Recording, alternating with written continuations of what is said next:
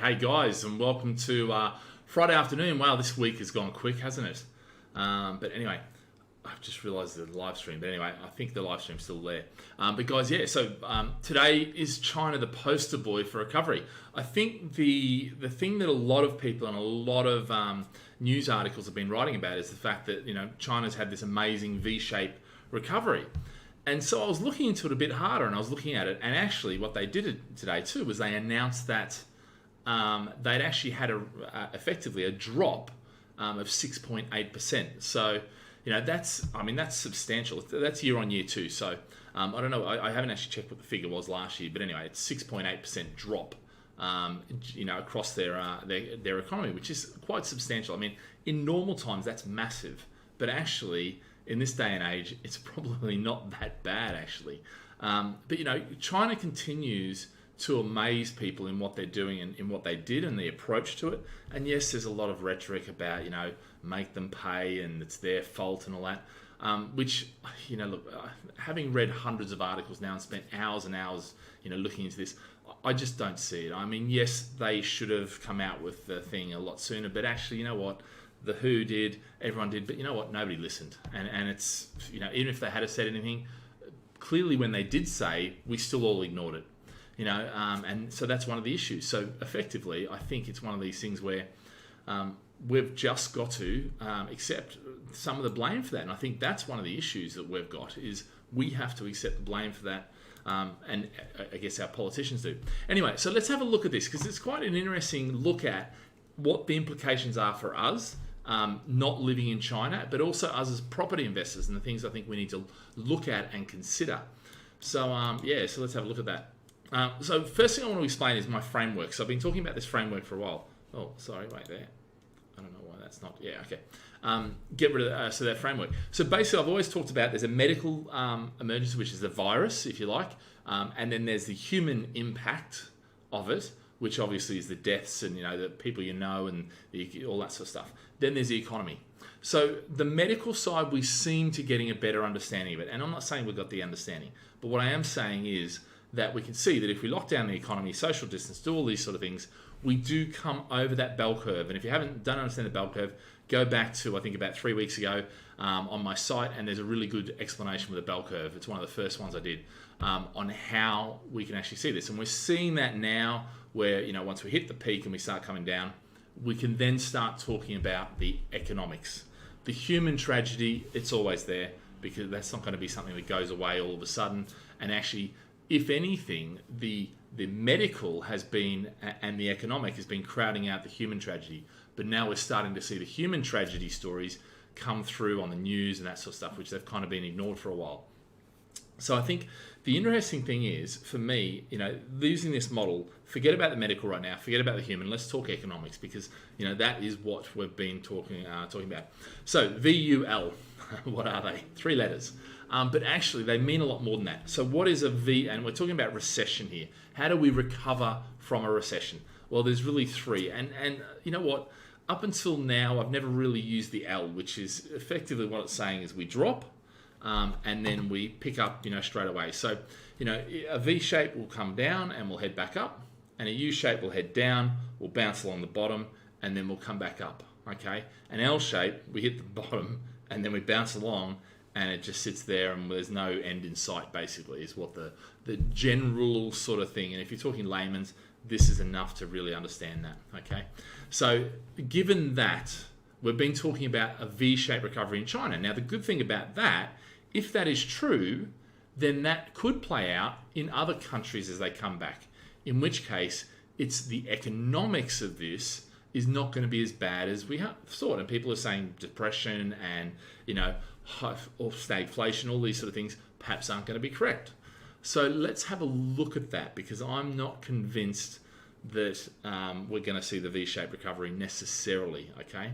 So basically what we're looking at here, all right? So China's V-shaped recovery. And look, if we look at the Chinese Manufacturing Purchases Managers Index, now this is a worldwide thing. If you have 50 is neither growth nor contraction. Anything below 50 is contraction. You can see it went down to 35.7. And, it was banging out about 50%, which means there's no growth. but now it's gone up to 52, which has actually had some growth for 1 month. Okay, so it dropped, and it basically has come back up because the demand, and we have, there's no bits on the demand, but the interesting thing with this, that's where we're getting the V-shaped recovery from for a large degree. But they've announced 6.8% contraction in Q1 compared to last year. Now, retail figures are down 20.5%, and there's other data too that is suitably concerning. Okay, now this is the first time that China has actually had any fallback since was it Mao Zedong left in effective, I think it was 76 when he left, and the modernization of China started in earnest, if you like. They've been growing ever since.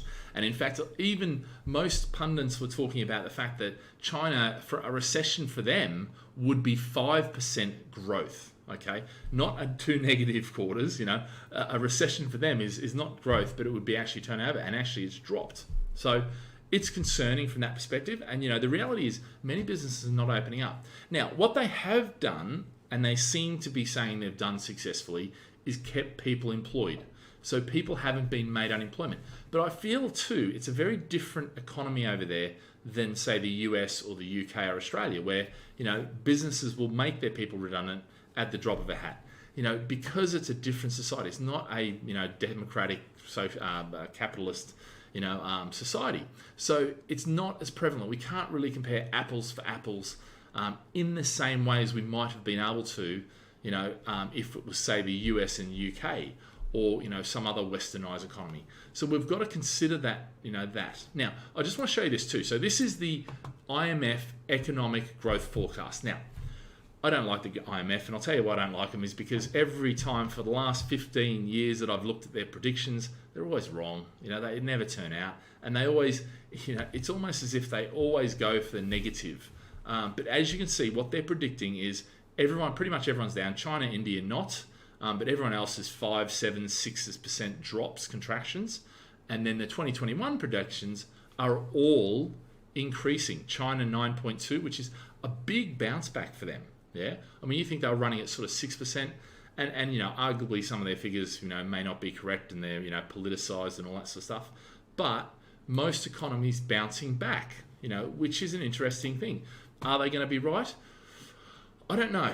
Okay, and I'll explain why I don't know, and I'll explain my concerns, and it's the sting in the tail that I'm calling it, and this is why. The problem is, if China drops production, because let's face it, China's opened back up now, so they can start producing stuff, but that production, why produce stuff if the demand is not there? And so this is the issue, and I think exports are going to be hit in the second, third quarters, and that's where we'll see, because there's not the global demand, in particular in the US. So I think rather than having a V-shaped recession, we're potentially going to have a U or an L. I'm not a big fan of the L. I think it's more likely to be a U one. I'm not, I'm becoming more and more convinced that it's not going to be a V-shaped recovery and everyone's just going to bounce back, that it is going to be this year and next year it'll be quite slow, because we're not going to solve the medical or the virus side of it. And I think that's the real issue. And look, for me, realistically, the biggest determination is unemployment. Okay, and this is the issue for me. I think unemployment, I think countries that kept people employed are going to be more likely to do a V-shaped recovery than countries that have let people off. I mean, the US, 22 million people, 18% unemployment. That is massive, and I think that is going to hinder the V-shaped recovery. So I think, looking at the US, as much as everyone else says, but it's the US, their biggest consumers. Look at 9/11, how quickly they come back. Look at the global financial crisis, what happened there. Look at the stimulus packages they're putting in, $5 trillion, amongst most of the G20 countries. All this sort of stuff. And I think that really, for me, is going to be the determination. So what I would say, if you're a property investor sitting there right now, looking at all of this, opinions and all that sort of stuff, is you got to look at where you have property, and you got to look at the businesses that are in that area. Are they going to recover? For instance, if you got stuff in Derby, you might go, hold on a sec, that's, Derby airline industry, home of Rolls-Royce, awesome, place, and it's amazing what they do there, but how much new demand is there going to be in the airline industry?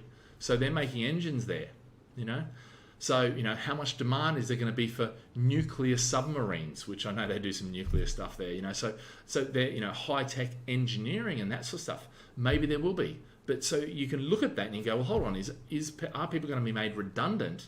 And if they're going to be made redundant and my place is being rented, is my rent, because I think the average wage in Derby is second only to, I think, London. I think. Don't hold me to that. But it's something like that. It was something amazing. When I was actually in Mippen a couple of years ago, and I met one of I think it was the mayor or someone like that, and he was explaining this to me, and I was like blown away by the numbers that he was giving me. But it's because they've got so many, nuclear engineers, airline engineers, and things like that there. But stuff like that. So you need to look in your specific area. Places like the major cities like London, Manchester, Birmingham, that have a wide array, they're probably going to perform better and they're going to recover quicker. Whereas if you're out in the cities, out in the suburbs, and that, you may find that you struggle. I'm hearing a lot about HMO guys, no, we'll be fine because we're at the lower end of the market. Yeah, but a lot of the HMO guys are at the lower end of the market. Okay, fine. But a lot of the HMOs are at the higher end of the market, and providing, a really good quality product.